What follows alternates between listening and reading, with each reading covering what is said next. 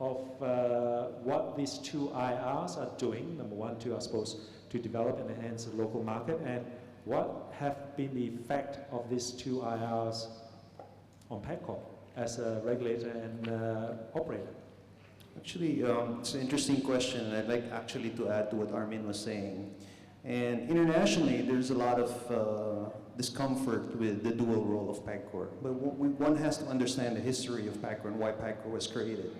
PAGCOR as a regulator and operator was created basically to funnel revenues to the Philippine government and for social funds. And in that role, it is the third largest revenue provider after taxes and customs. That's how big the role of PAGCOR is. And because we were a monopoly for such a long time, a large part of the revenue generation is really generated, almost 90%, 95%, by our own internal casino operations.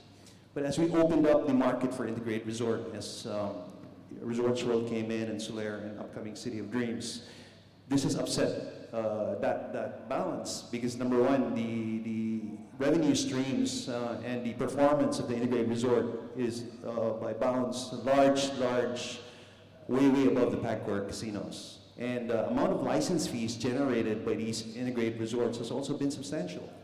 So you have that backdrop, and the second backdrop, we're unable to compete for a variety of reasons. One very specific reason is we are, as a government agency, we have to be compliant to what we call Republic Act 9184, which is the Procurement Act. So in essence, when I was head of marketing and head of VIP services, if I wanted to throw a party for Mr. Ben Lee as a VIP, I would have to bid out my models, my entertainers, my food and beverage, and so on and so forth. So when I was in PAGCOR, and I had discussions with people from management from the different IRs, and they would complain about the dual roles, and I always tell them, you know, if you're complaining about that, you shouldn't be in the business, because we're in no way able to compete with you at the same level playing field. So that's the backdrop that we have right now. So what's happening right now is I believe, now that I'm in the private sector, is the separation, or the eventual separation, of the operator regulator will not be driven as much as legislature, but really by market forces. And we've seen last year, we've shut down one major casino in Manila, the Heritage. We're shutting down our largest casino, the Airport Casino, this year. By July, it will no longer be operational. And this will really be the case. You know, as we begin to roll out more integrated resorts, I don't believe the government can really subsidize casinos, our own internal operated casinos that are no longer profitable. Well, as you know, Chris, you know, I've been advising the board of directors of PAGCOR on the possibility of a privatization feasibility study. And we've been talking and been engaged for about 2 years now. And you know, I remember advising the board very, very clearly from the outset, look, if you don't do a privatization study now, it may be too late, you may have no value left.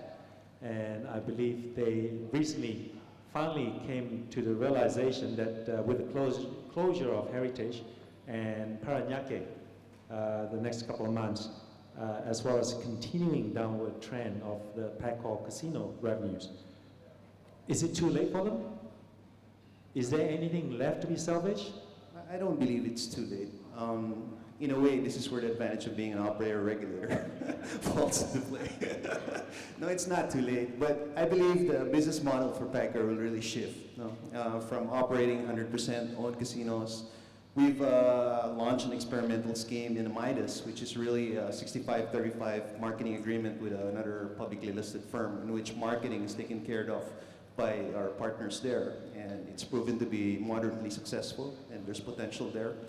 The other thing to take a look at is really the industry is more than just the IR. When we talk about the Philippine gaming industry, there's everything from that's hugely underdeveloped: sports betting, electronic gaming machines through the use of internet-based cafes like PhilWeb. And I believe that the revenue streams for PAGCOR, because it's a sharing agreement, it's not a pure license, PAGCOR can offset potential losses from our own operations by really allowing the other segments of the gaming industry to grow in partnership with the private sector. All right, we'll jump back. We've seen the two IRs come in. Resort World's been in operation for about 4 or 5 years now. Bloomberry just a bit over a year and a bit. Now, it has always been, as long as I've been involved in the Philippine market, it has always been about we'll bring in foreign operators only if you can bring in the foreign market. Right? Don't touch the local market. This is PACCOR's mentality for the last decade. We will allow the foreigners come in only if you bring the foreign market. And it got to such a ridiculous extent. You know, I was getting bombarded with various people. Look, I've got a piece of land, I can get a license. Can you bring in a foreign investor and bring in the junkets? And the final straw was when my dentist in Makati asked me the same question while I was under the drill. Ben, I've got an island, I can get a license. Can you bring a foreign investor and bring the junket market? And I said, no. Now, Result World has been in the market for the last 4 or 5 years, and they published the result, and it's very evident that at their peak, Result World had at best 25% foreign market, revenue from the foreign junket operators. With the 2 operators now firmly established, and we get to see some of the indication of what they're generating, I believe the analysis showed that even right now, on average, the junket operators constitute at best somewhere in the range of 20 to 23% of GGR. Now, some of the operators will tell you, look, our VIP business is 50% of GGR, but if you break it down according to the definition set up by PACCOR, you've got the VIPs, you've got the foreign junkets. The foreign junkets are very clearly the foreigners. The VIPs is where some of the operators have lumped in together with the foreigners, but the VIPs, as we know it, are actually predominantly the local high rollers. So what is COD or Bell's positioning in the market? Where do you see the growth coming from? Is it really going to come from China, where we know there are a lot of geopolitical issues, infrastructure issues, safety perceptions, or is it really the domestic market again? Well, let me backtrack. I think one of the reasons that earlier